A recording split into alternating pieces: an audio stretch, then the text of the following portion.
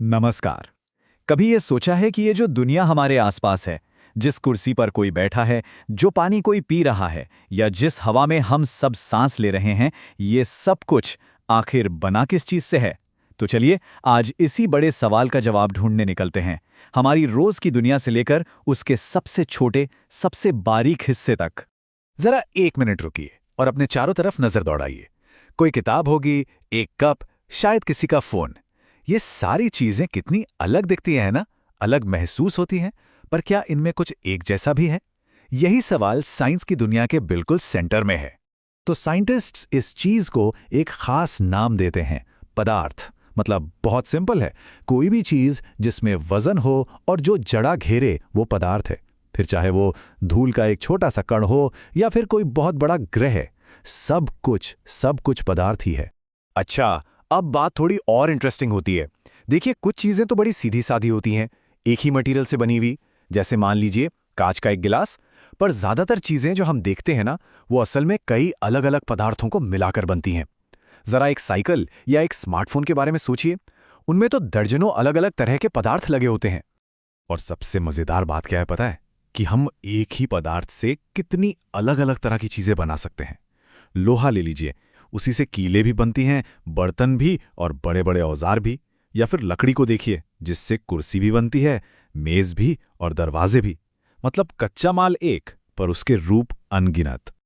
और इसका ठीक उल्टा भी उतना ही सच है। एक ही चीज को बनाने के लिए अक्सर कई तरह के पदार्थ एक साथ काम में आते हैं। जैसे एक खुरपी को देखें तो उसमें लोहा भी है और लकड़ी भी, या एक शर्ट में सूती कपड़ा तो है ही, साथ में प्लास्टिक के बटन भी हैं। ये दिखाता है कि चीजों को कितने सोच समझकर डिजाइन किया जाता है। जरा सोच कर देखिए, क्या होगा अगर हथौड़ा कांच का बना हो या पीने वाला ग्लास कपड़े का। भाई, हथौड़ा तो पहले चोट में ही टूट जाएगा और ग्लास में पानी तो रुकेगा ही नहीं। तो पॉइंट क्या है? पॉइंट ये है कि हम हर काम के लिए सही चीज चुनते हैं, उसकी प्रॉपर्टीज के हिसाब से। हर पदार्थ की अपनी एक अलग ही खासियत होती है। तो हमारे चारों तरफ इतने सारे, इतने अलग अलग तरह के पदार्थ हैं। सवाल यह है कि वैज्ञानिक इस पूरी वैरायटी को समझते कैसे हैं? इसका जवाब एक बहुत ही पावरफुल आइडिया में छिपा है, वर्गीकरण, या जिसे हम क्लासिफिकेशन कहते हैं। वर्गीकरण का मतलब बस चीजों को सलीके से जमाना है। ठीक वैसे ही जैसे एक लाइब्रेरी में किताबों को उनके सब्जेक्ट के हिसाब से अलग अलग रखा जाता है, साइंटिस्ट भी पदार्थों को उनके एक जैसे गुणों के आधार पर ग्रुप्स में बांट देते हैं। इससे उनकी स्टडी करना, उन्हें समझना बहुत आसान हो जाता है। अब पदार्थों को क्लासिफाई करने के दो मेन तरीके हैं। पहला है फिजिकल क्लासिफिकेशन, जो चीजों के बाहरी रूप पर बेस्ड है, मतलब वो ठोस है, द्रव है या गैस है। और दूसरा है केमिकल क्लासिफिकेशन, जो उनके अंदर की बनावट को देखता है, मतलब वो कोई एलिमेंट है, कंपाउंड है या मिक्सचर। तो आज हम पहले वाले यानी फिजिकल क्लासिफिकेशन पर फोकस करेंगे। तो चलिए सबसे बेसिक फिजिकल क्लासिफिकेशन से शुरू करते हैं, जिसे हम सब अपनी रोजमर्रा की जिंदगी में देखते और महसूस करते हैं, पदार्थ की अवस्थाएं। यहां पर एक बहुत सीधा सा कंपैरिजन है। एक ठोस जैसे कोई पत्थर, उसका अपना एक फिक्स्ड शेप और साइज होता है। एक द्रव जैसे पानी, वो जगह तो उतनी ही घेरेगा, लेकिन जिस भी बर्तन में डालो उसी का शेप ले लेगा। और गैस, अरे वो तो एकदम आजाद है, न उसका कोई तय आकार है, न कोई तय वॉल्यूम, वो तो बस जितनी भी जगह मिले उसी में फैल जाती है। ऐसा होता क्यों है? देखिए, ठोस के अंदर जो कण होते हैं वो एक दूसरे से बिल्कुल चिपके हुए होते हैं। उनके बीच एक बहुत मजबूत खिंचाव होता है। वो बेचारे अपनी जगह से ज्यादा हिलडुल भी नहीं पाते, और इसी वजह से ठोस चीजें इतनी सख्त होती हैं। वहीं द्रवों में ये कण थोड़े दूर दूर होते हैं और उनके बीच का खिंचाव भी थोड़ा कमजोर होता है। इसी वजह से वो एक दूसरे पर फिसल पाते हैं, मतलब बह पाते हैं। इसीलिए तो वो किसी भी बर्तन का आकार ले लेते हैं। पर हाँ, रहते वो एक दूसरे के पास ही हैं, इसलिए उनका वॉल्यूम फिक्स रहता है। और गैस में तो पूछिए ही मत। कण एक दूसरे से बहुत दूर दूर होते हैं और उनके बीच कोई खास अट्रैक्शन होता ही नहीं। वो एकदम फ्री होते हैं और जहां भी जगह मिलती है तेजी से फैलकर उसे भर देते हैं। लेकिन रुकिए, चीजों को सिर्फ ठोस, द्रव या गैस की तरह देखना ही अकेला तरीका नहीं है।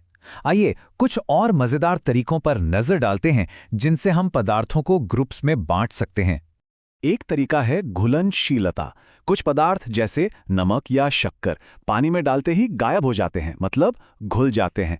इन्हें हम विलेय कहते हैं। और दूसरे जैसे रेत या लकड़ी का बुरादा, वो नहीं घुलते, उन्हें अविलेय कहा जाता है। ये प्रॉपर्टी केमिस्ट्री से लेकर किचन तक हर जगह बहुत काम आती है।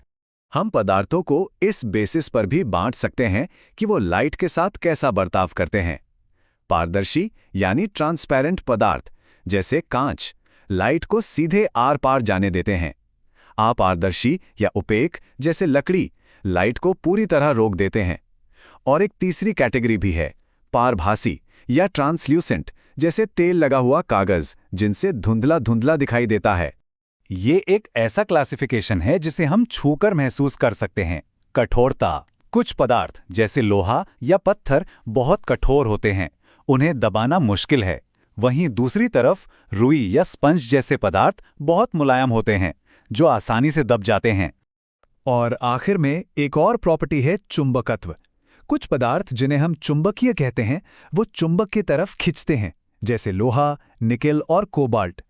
और बाकी ज्यादातर पदार्थ जैसे लकड़ी या प्लास्टिक अचुंबकीय होते हैं, मतलब उन पर चुंबक का कोई असर नहीं होता। तो हमने पदार्थों को बड़े बड़े ग्रुप्स में बांटकर देख लिया। अब टाइम है थोड़ा और जूम इन करने का और उस सबसे छोटी, सबसे बुनियादी यूनिट को खोजने का जिससे ये सब कुछ बना है। जरा सोचिए कि हाथ में चौक का एक टुकड़ा है, उसे तोड़ा, फिर और छोटे टुकड़ों में तोड़ा और आखिर में उसे पीसकर बिल्कुल बारीक पाउडर बना दिया।